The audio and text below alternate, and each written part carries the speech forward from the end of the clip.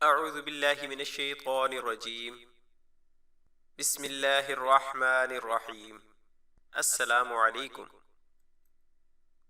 آج کی ویڈیو میں سنن ابن ماجہ کی ایک حدیث پیش کی جا رہی ہے۔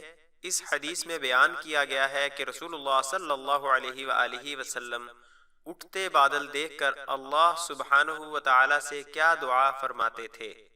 یہ دعا سنن ابن ماجہ کی حدیث نمبر 3889 میں ہے۔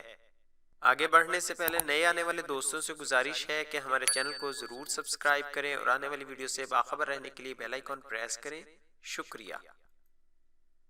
حدیث ام المؤمنین عائشہ رضی اللہ عنہا کہتی ہیں کہ نبی اکرم صلی اللہ علیہ وآلہ وسلم جب آسمان کے کسی کنارے سے اٹھتے بادل کو دیکھتے تو جس کام میں مشغول ہوتے اسے چھوڑ دیتے، یہاں تک کہ اگر نماز میں بھی ہوتے تو بادل کی طرف چہرہ مبارک کرتے اور یہ دعا مانگتے: اللہم انا نعوذ بک من شر ما ارسل بہ، اے اللہ ہم تیری پناہ مانگتے ہیں اس چیز کے شر سے جو اس کے ساتھ بھیجی گئی ہے۔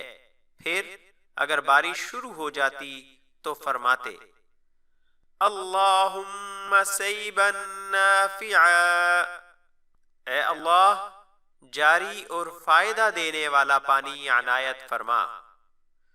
2 یا 3 مرتبہ یہی الفاظ دہراتے، اور اگر اللہ تعالی بادل ہٹا دیتا اور بارش نہ ہوتی تو آپ صلی اللہ علیہ وآلہ وسلم اس پر اللہ سبحانہ وتعالی کا شکر ادا کرتے۔